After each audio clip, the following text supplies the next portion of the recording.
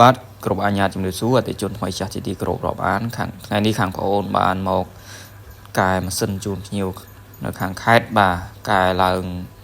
បាទ300លីត្រឡើង1000លីត្រក្នុង1ម៉ោងហើយការកែនេះដែរគឺខាងប្អូនបាន free ជូនភ្ញៀវលាងស្មាច់ជូនបាទគឺការដោះរ៉ែចេញពីបំពង់ស្មាច់បាទអញ្ចឹងស្ថានភាពរ៉ែពួកគាត់គឺមានបញ្ហាខ្មៅខ្លាំងណាស់ដោយសារការក្រឡុកលាងគឺអត់បានដិតដល់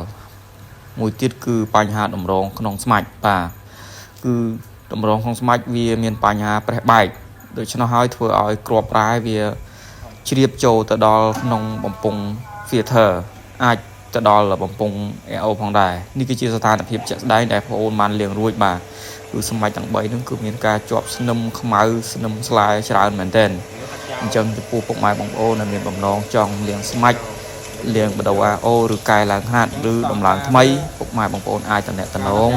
សាក់សួរព័ត៌មានបានតាក់ទងតាមរយៈ page ឬ add លេខ Telegram សាក់សួរបាន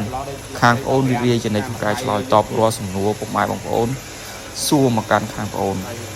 ហើយបន្ទាប់ពីការលាងរួចបន្ទាប់ពីការកែច្នៃរួចគឺទឹក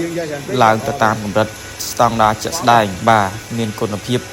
ដូចដើមអញ្ចឹងចំពោះពុកម៉ែបងប្អូនដែលមានបំណងចង់កែឡើងខ្នាតបាទបង្ការទី1កុំឲ្យស៊ីភ្លើងច្រើនបាទទី2ធ្វើ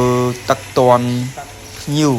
តម្រូវការភ្ញៀវពុកម៉ែបងប្អូនបាទអញ្ចឹងពុកម៉ែបងប្អូនចំណាប់អារម្មណ៍អាចតាក់ទងបានគ្រប់ម៉ោងគ្រប់ពេលវេលាសូមអរគុណហ្នឹងហើយនៅក្នុងការតិច